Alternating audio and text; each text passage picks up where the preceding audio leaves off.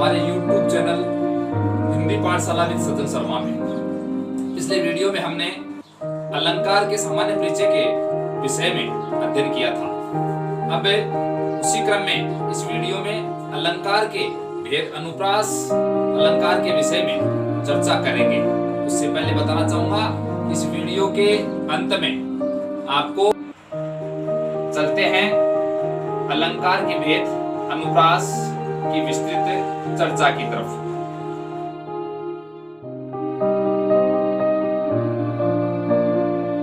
सबसे पहले अनुप्रास शब्द को समझेंगे अपन। मैंने इससे पहले पीछे के भी एक वीडियो में बताया है कि जो भी प्रकरण पढ़ना प्रारंभ करें उससे पहले उस प्रकरण के नाम का अपन शाब्दिक अर्थ समझने का प्रयास करें। अनुप्रास, इसमें भी दो शब्द हैं, अनु धन प्रास। अनु शब्द का अर्थ है बार बार, प्रास शब्द का अर्थ होता है रखना, यानी जहां किसी काव्य पंक्ति में वर्णों को बार बार रखा जाए, अर्थात जहां काव्य पंक्ति में किसी वर्ण की बार बार आवृत्ति हो वहां अनुप्रास अलंकार होता है। विद्वानों के मतानुसार अनुप्रास के लिए परिभाषा प्रस्तुत करने के लिए एक कथन कहा गया है।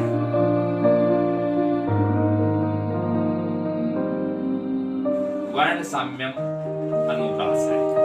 वर्ण साम्यम अनुप्रास है, जहां वर्णों की आवृत्ति हो वहां अनुप्रास अलंकार होता है। अनुप्रास अलंकार को उदाहरण के माध्यम से आपको समझाना चाहूंगा। जैसे भगवान बागे दुख जनता देश की फूले फले।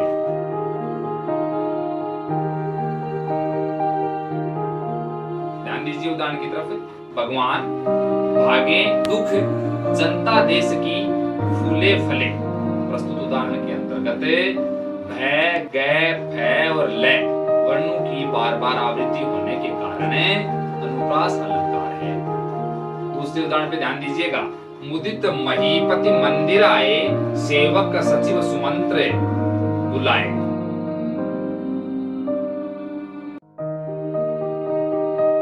प्रस्तुत उदाहरण में भी मैं और सेवण की आवृत्ति हुई है, इसलिए यहाँ अनुप्रास अलंकार है। इस अलंकार के दो उदाहरण स्क्रीन पर आपको अलग से नजर आएंगे।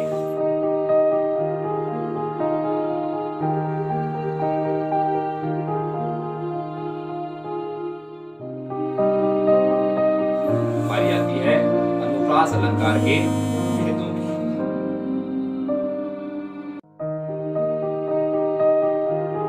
अलंकार का भेद अनुप्रास जो है, इसमें वर्णों की आवृत्ति के आधार पर इसको चार भागों में विभक्त किया गया है। छेकानुप्रास, वृत्त्यानुप्रास, श्रुत्यानुप्रास, अंत्यानुप्रास।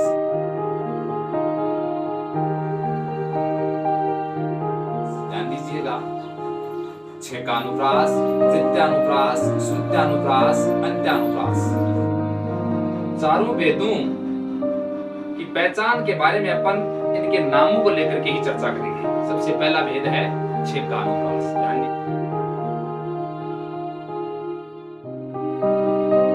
लीजिएगा।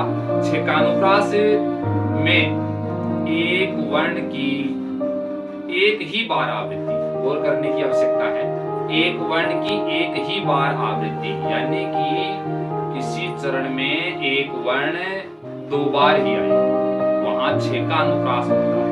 तो परिभाषा क्या बन जाएगी?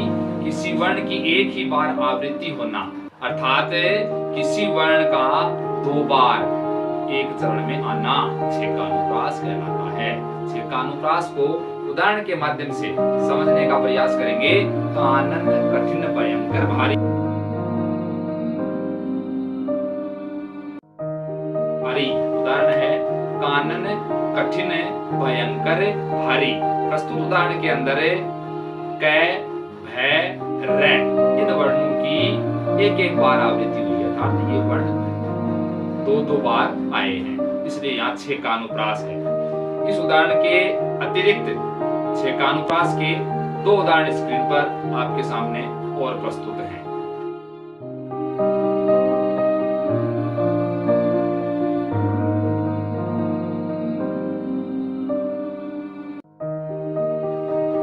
में जब आगे बढ़ते हैं, बारी आती है अनुप्रास के भेद नंबर 2 वृत्यानुप्रास की।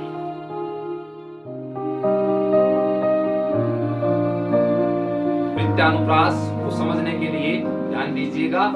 वृत्ते गोलाकार में, देखिए छेका में मैंने आपको बताया है कि एक वर्ण की एक ही बार आवृत्ति। यहाँ वृत्या में पहिए की तरह गोल घूमने का तरीका तभी बन पाएगा जब वर्णों की बार बार आवृत्ति होगी। तो वृत्यानुप्रास की परिभाषा बन जाएगी जहां एक या एक से अधिक वर्णों की बार बार आवृत्ति होती है, वहां अनुप्रास का वृत्यानुप्रास भेद अलंकार होता है। यहाँ भी उदाहरण के तौर पर इसको समझने का प्रयास कीजिएगा। कानन किंकिनी नुपुर धुनी सुनी, कहत लखन सम राम हृदय गुनी।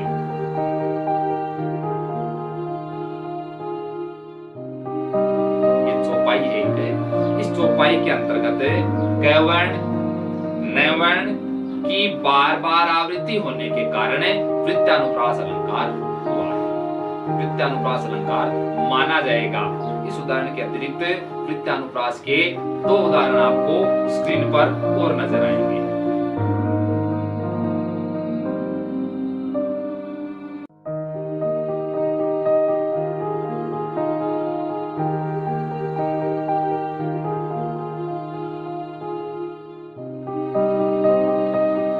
आगे बढ़ते हुए बारी आती है अनुप्रास अलंकार के तीसरे भेद श्रुत्यानुप्रास की।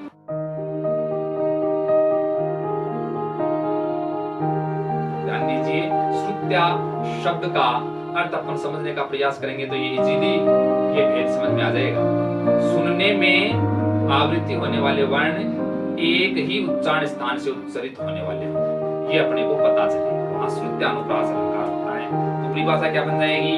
जहां एक ही उच्चारण स्थान से उच्चरित होने वाले वर्णों की आवृत्ति होती है, वहां श्रुत्यानुप्रास अलंकार होता है। उदाहरण से इसको समझने का प्रयास कीजिए। दिनांत था, थे दिननाथ डूबते।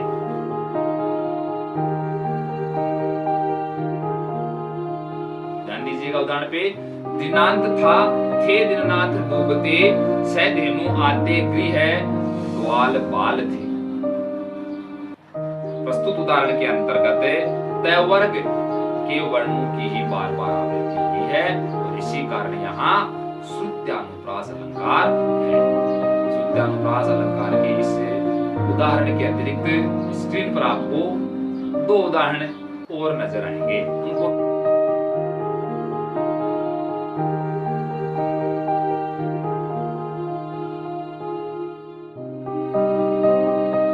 भी आप इसकी परिभाषा के आधार पर स्वतः ही समझने का प्रयास करें। इसी क्रम में आगे जब बढ़ते हैं तो बारी आती है इस अनुप्रास अलंकार के भेद अंत्यानुप्रास की।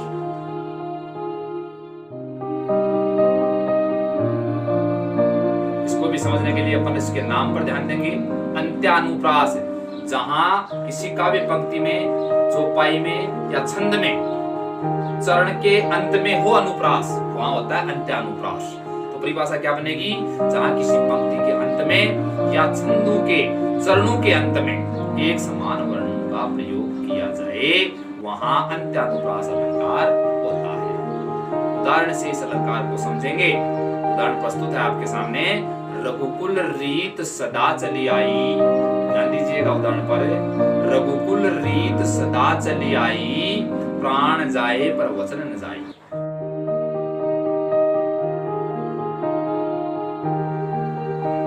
चौपाई के अंतर्गत अंत में, दोनों चरणों के अंत में, प्रथम चरण के अंत में आई और द्वितीय चरण के अंत में जाई, दोनों में आई आई स्वरों का ही प्रयोग किया गया है। इस कारण से यहाँ अंत्यानुप्रास अलंकार है। इस उदाहरण के अतिरिक्त इस अंत्यानुप्रास अलंकार के 2 उदाहरण आपको स्क्रीन पर और नजर आएंगे, उनको भी आप समझेंगे।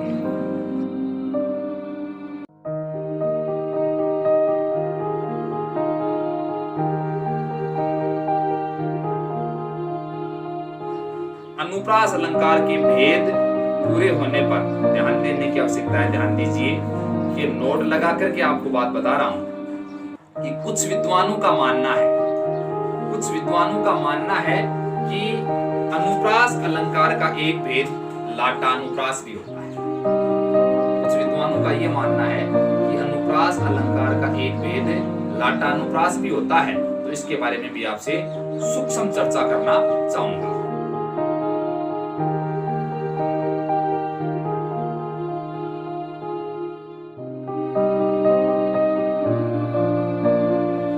इस अलंकार में ध्यान दीजिएगा, इस अलंकार में यानी लाटानुप्रास अलंकार में शब्दों या वाक्यांशों की आवृत्ति होती है। लाटानुप्रास में शब्दों या वाक्यांशों की आवृत्ति होती है और इनके अर्थ में किसी प्रकार का कोई अंतर नहीं होता, परंतु इन शब्दों या वाक्यांशों का अन्वय करने पर इनके अर्थ में अंतर नजर आता है, इसलिए यहाँ लाटानुप्रास अलंकार होता है।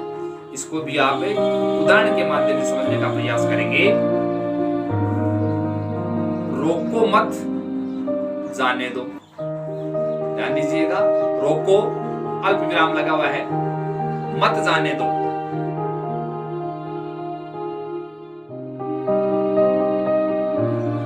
यही बात आगे लिखी हुई है, रोको मत अल्प विराम जाने दो।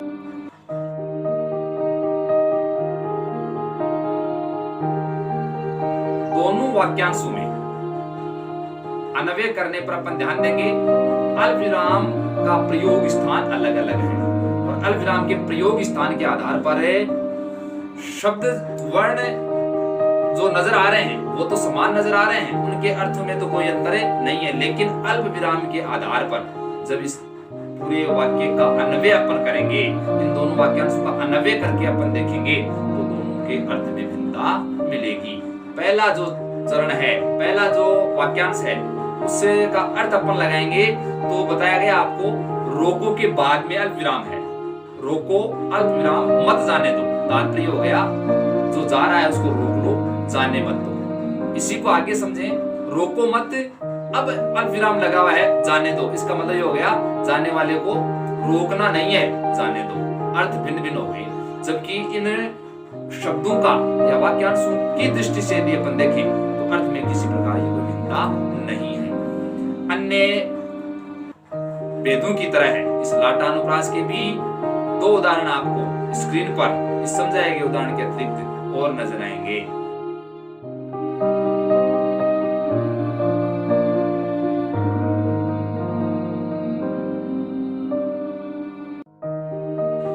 बने रहिए हमारे इस YouTube चैनल के साथ। आगे के वीडियो में अलंकार प्रकरण के बारे में अन्य जो भेद हैं उनके बारे में विस्तृत जानकारी के साथ फिर मिलेंगे।